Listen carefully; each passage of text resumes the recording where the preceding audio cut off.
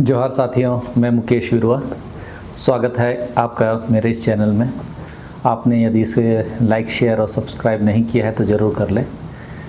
यह जानकर आपको आश्चर्य होगा कि COP30, जिसे आदिवासियों का COP कहा गया, लेकिन इस सम्मेलन के परिणाम भारत के आदिवासियों के लिए गहरी निराशा लेकर आए। जबकि 3000 से अधिक आदिवासी प्रतिनिधियों ने बेलेम में इतिहास रचा, भारत की औपचारिक भागीदारी और उसके आदिवासी समुदायों के लिए कोई ठोस लाभ लेकर नहीं आया, बल्कि भारत सरकार ने आदिवासियों के प्रति अपने निरंकुश रवैया को प्रदर्शित किया। आइए आज हम इस मामले को विस्तार से समझते हैं। COP30 का सम्मेलन बेलेम में आयोजित हुआ, जो ब्राज़ील में है। अमेज़न नदी के किनारे यह एक ऐतिहासिक सम्मेलन साबित हुआ। संयुक्त राष्ट्र संघ के जलवायु परिवर्तन सम्मेलन की 30वीं बैठक, जिसे COP30 के नाम से जाना गया, पहली बार एक ऐसे देश में हो रहा था जो अमेज़न का घर है, जो दुनिया के सबसे बड़े आदिवासी जनसंख्या का घर है। COP27 में जब बेलेम को मेज़बान बनाने की घोषणा की गई, उसी समय विश्व को लगा कि यह आदिवासियों का COP होगा। 3000 से अधिक आदिवासी प्रतिनिधि कभी किसी COP में नहीं दिखे थे, और सबसे ज़रूरी बात यह थी कि वे लोग अमेज़न नदी पर नाव के काफिले में आए। दुनिया भर से आए यह कहने के लिए कि हमारे अधिकारों के बिना जलवायु समाधान अधूरा है। लेकिन जैसे जैसे दिन गुजरते रहे, एक सवाल उभरता गया कि क्या यह वास्तविक भागीदारी थी या सिर्फ एक सुंदर दिखावा। क्योंकि 14% आदिवासियों को ही COP30 के आधिकारिक बातचीत और निर्णय प्रक्रिया में शामिल किया गया। बाकी 86% आदिवासियों को इस निर्णय प्रक्रियाओं से बाहर रखा गया। 16 नवंबर को COP30 के दूसरे दिन आदिवासियों ने बातचीत क्षेत्र में घुसने की कोशिश की। सुरक्षा गार्डों के साथ हिंसक झड़प भी हुई। वे चिल्ला रहे थे कि हमें जलवायु पर ठोस कार्रवाई चाहिए, हमारे जंगलों की रक्षा हो। मुंडुरुकु समुदाय के 50 से अधिक सदस्यों ने COP30 स्थल के मुख्य द्वार को अवरुद्ध कर दिया। उन्होंने कहा कि अमेज़न में हम बाहरी लोगों के द्वारा फैलाए जा रहे प्रदूषण और विकास परियोजनाओं से परेशान हैं। आदिवासी प्रतिनिधि पूर्ण और प्रभावी भागीदारी की कमी से असंतुष्ट थे।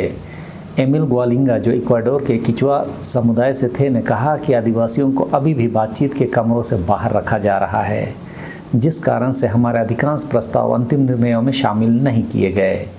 थालिया यारिना कचिमुएल, जो किचुआ आदिवासी समुदाय से ही थे, ने स्पष्ट किया कि यह एक ऐसा COP था जहां आदिवासी दिखाई तो दे रहे थे, लेकिन सशक्त नहीं थे। संख्या भी थी लेकिन शक्ति नहीं थी, उपस्थिति भी थी लेकिन आवाज़ नहीं। हाँ, भाषा के मामले में एक जीत तो हुई कि वह यह कि COP30 के मुख्य राजनीतिक पाठ के पहले पैराग्राफ में पहली बार स्पष्ट रूप से लिखा गया कि आदिवासी लोगों के अधिकार, उनके भूमि अधिकार और पारंपरिक ज्ञान को मान्यता देते हैं। इसके दीर्घकालिक प्रभाव आने वाले समय में होंगे। COP30 ने आदिवासी अधिकारों के लिए कई ऐतिहासिक निर्णय लिए, जैसे 1.8 बिलियन की वैश्विक फंडिंग। इसकी प्रतिबद्धता आदिवासी और एफ्रो डिसेंडेंट समुदायों के भूमि अधिकारों के लिए की गई, मतलब होमोसेपियंस के वंशजों के लिए। लेकिन भारत उन देशों में शामिल नहीं है जहां के आदिवासियों को जंगल बचाने के लिए या जैव विविधता बचाने के लिए पैसा मिल रहे हैं। निर्णय के अनुसार उष्णकटिबंधीय वन वाले देशों में जो आदिवासी हैं, जो स्थानीय समुदाय हैं और जो अफ्रीकी वंशजों के निकटतम वंशज हैं, उन सबको लाभ पहुंचाना है। इसमें ब्राज़ील, पेरू, इंडोनेशिया आदि देशों के नाम लिए गए हैं। इससे पहले मौजूद आदिवासी लोगों ने कहा था कि आदिवासी समुदाय विश्व के 1/3 उष्णकटिबंधीय जंगलों का प्रबंधन करते हैं, लेकिन अंतर्राष्ट्रीय जलवायु फंड का 1% से भी कम उन्हें मिलता है। उन्होंने फंडिंग की मांग में स्पष्ट किया कि वह सीधे आदिवासी समुदायों को मिले, न कि सरकारों या NGO के जरिए। आदिवासियों ने जोर दिया कि आदिवासी समुदाय लाभार्थी नहीं बल्कि जलवायु संरक्षण के वे हिस्सेदार हैं, सह निर्माता हैं। भारत को स्पष्ट रूप से लाभार्थी देशों की सूची में नहीं रखा गया। इसके क्या कारण है, इस पर हम आगे बात करेंगे। भारत ने आधिकारिक तौर पर स्पष्ट किया कि भारत में इंडिजिनस पीपल्स नहीं है और वह आदिवासी शब्द को मान्यता नहीं देती है। इसके बजाय अनुसूचित जनजाति शब्द का उपयोग करती है। हालांकि प्रतिज्ञा में विश्वव्यापी शब्द का उपयोग किया गया, लेकिन 2024 में समर्थित 112 आदिवासी और स्थानीय समुदायों के संगठनों की सूची में भी भारत का कोई उल्लेख नहीं है। तो इस तरह से भारत ना तो दाता के रूप में और न ही लाभार्थी के रूप में नामित हुआ। यह मुख्यतः उन देशों पर केंद्रित है जहां आदिवासियों को अंतर्राष्ट्रीय कानूनी मान्यता प्राप्त है। और भारत देश ने तो स्पष्ट ही कर दिया कि यहाँ आदिवासी नहीं है, यहाँ तो सिर्फ अनुसूचित जनजाति है। एक नया tropical forest forever facility launch किया गया। इसमें 20% फंड आदिवासी समुदायों को सीधे जाएगा। इसमें भी भारत नहीं है क्योंकि भारत में अनुसूचित जनजाति हैं, आदिवासी नहीं। साथ ही बेलेम पैकेज में आदिवासी अधिकारों, उनके पारंपरिक ज्ञान और free prior and inform consent यानी कि एपिक को शामिल किया गया। यह फैसला आदिवासियों के लिए जा रहे फैसलों में मील का पत्थर साबित होगा। कई आदिवासियों और आदिवासी समूहों ने इसे बड़ी जीत कहा क्योंकि free prior and inform consent की आवश्यकता और आत्मनिर्णय का अधिकार पहली बार शामिल किया गया है। लेकिन भारत ने इस निर्णय से भी अपने को बाहर रखा। इसका मतलब विश्व के आदिवासियों को जो free prior and inform consent का अधिकार आदिवासी होने के नाते मिल रहा है, वह अधिकार देने के लिए भारत वैश्विक समुदाय के सामने बाध्य नहीं होगा और न ही देश के आदिवासियों के सामने। इस आयोजन के बीच ब्राज़ील ने 10 नए आदिवासी क्षेत्रों की घोषणा की और अगले 5 साल में 59 मिलियन हेक्टेयर भूमि सुरक्षित करने का वादा किया। मतलब उन आदिवासियों के नाम वो पूरा इलाका सुरक्षित कर दिया जाएगा। कुल मिलाकर 15 देशों ने 2030 तक 160 मिलियन हेक्टेयर भूमि को आदिवासी और अफ्रीकी वंशज के समुदायों के लिए मान्य और सुरक्षित करने का सामूहिक लक्ष्य रखा। इन 15 देशों की सूची में भी भारत नहीं रहा क्योंकि यहाँ अनुसूचित जनजाति हैं, आदिवासी तो नहीं है।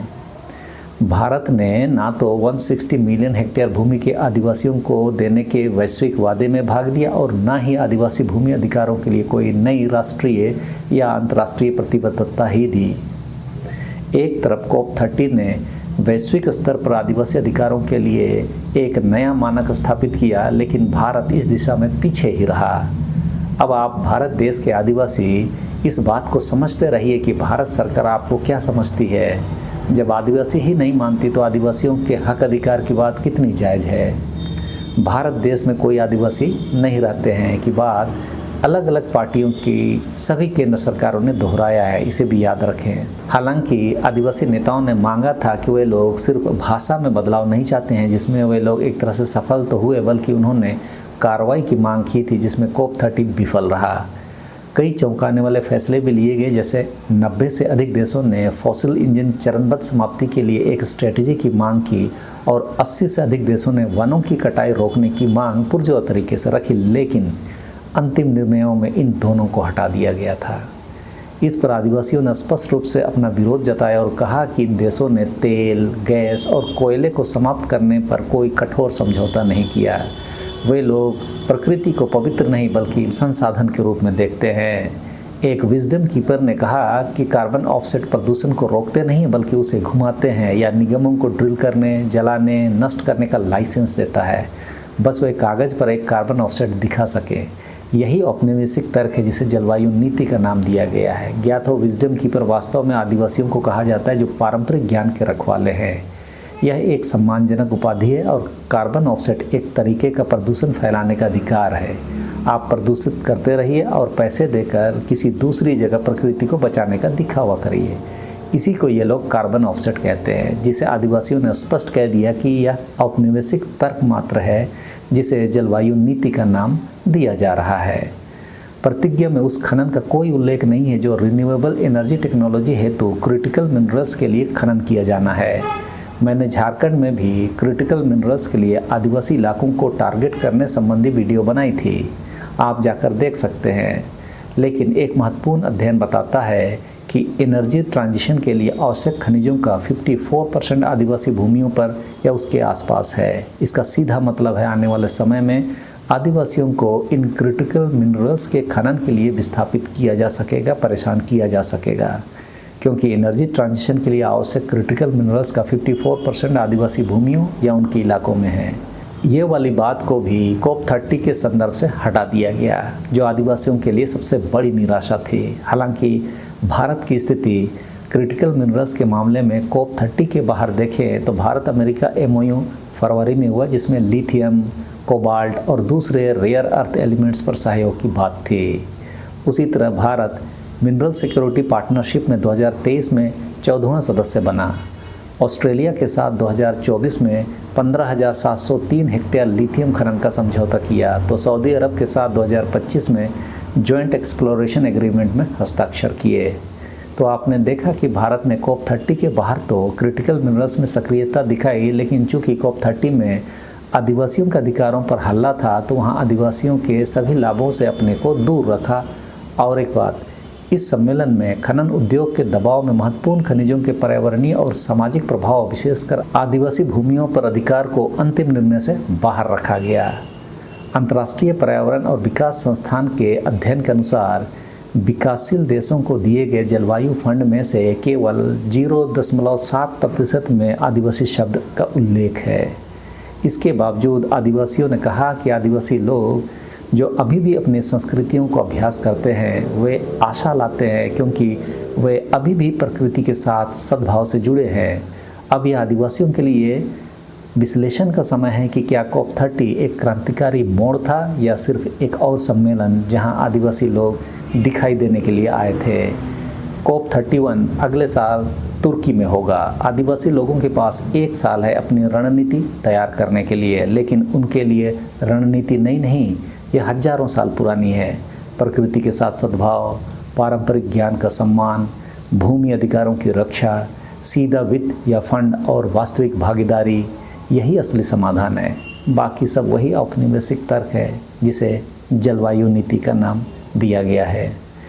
COP30 ने यह तो साबित कर दिया कि आदिवासी अधिकारों के बिना जलवायु न्याय अधूरा है और आदिवासी लोगों के बिना जलवायु समाधान असंभव है, भले ही ये लोग कुछ भी निर्णय ले लें। सबों को धन्यवाद। जोहार।